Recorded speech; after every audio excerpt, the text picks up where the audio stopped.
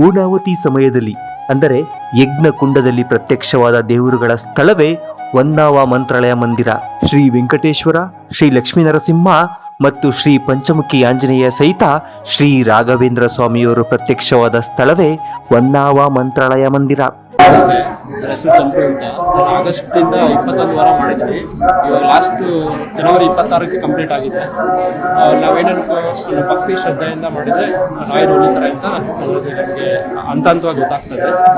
But ಯಾರಾದರೂ ಭಕ್ತಿ ಶ್ರದ್ಧೆಯಿಂದ ಕಂಪ್ಲೀಟ್ ಮಾಡಿದರೆ ಅದು ಖಂಡಿತ ನಮಗೆ ಸಕ್ಸಸ್ ಆಗುತ್ತೆ ಸರ್. ಏನ್ ಸಂಕಲ್ಪ ಮಾಡ್ಕೊಂಡು ಈ ಪೂಜೆ ಇವಾಗ ಆಲ್ಮೋಸ್ಟ್ ಇವಾಗೆಲ್ಲ ಮುಗ್ದಿದೆ, ಇವತ್ತಿಗೆ ಮುಗ್ದಿದೆ. ಏನ್ ಸಂಕಲ್ಪ ಮಾಡ್ಕೊಂಡಿದ್ರಿ, ಅದು ಆಗಿದ್ಯಾ ಇಲ್ಲ ಅನ್ನೋದನ್ನ ಸ್ವಲ್ಪ ಹೇಳಿ ಸರ್. ಹಂತವಾಗಿ ಹೆಲ್ತ್ ವೆಲ್ತ್ ಚೆನ್ನಾಗಿರ್ಲಿ ಅಂತ ನೋಡಿದ್ದು, ನಾವು ಯಾವುದೇ ಒಂದು ಇದು ಮಾಡ್ಕೊಂಡು ಇದೆಲ್ಲ ಸಕ್ಸಸ್ ಆಗಲಿ ಅಂತ ನೋಡಿದ್ದು ಅದು ಹಂತ ಹಂತವಾಗಿ ಆಗ್ತಾ ಇದೆ ಸರ್. ಯಾವ್ದೋ ಒಂದು ಕೆಲಸ ಏನೋ ಅದ್ರ ಬಗ್ಗೆ ಏನೋ ಹೆಲ್ತ್ ಎಲ್ಲ ನಮಗೆ ಚೆನ್ನಾಗಿದೆ, ಮುಂಚಾಗಿಂತ ಸ್ವಲ್ಪ ಹೆಲ್ತ್ ಇದ್ದಿತ್ತು, ಪ್ರಾಬ್ಲಮ್ ಇತ್ತು. ಇವಾಗೆಲ್ಲ ಚೆನ್ನಾಗಿದೆ. ಬೇರೆ ಏನೋ ಬಿಸ್ನೆಸ್ ಬಗ್ಗೆ ಏನೋ ಬಿಸ್ನೆಸ್ ರಿಲೇಟೆಡ್ ಅದು ಆಗ್ತಿದ್ದು ಅದು ಹಂತ ಹಂತವಾಗಿ ಚೇಂಜಸ್ ಆಗ್ತಾ ಇದೆ ಸರ್, ಕರೆಕ್ಷನ್ ಆಗಿದೆ. ಬೇರೆ ಹೇಳಕ್ ಇಷ್ಟಪಡ್ತೀರಾ? ಇಷ್ಟು ವಾರ ಕಾಯಿ ಕಟ್ಟಿ ಪೂರ್ಣ ಸ್ವಲ್ಪ ಪೇಷನ್ಸ್ ಬೇಕಾಗುತ್ತೆ.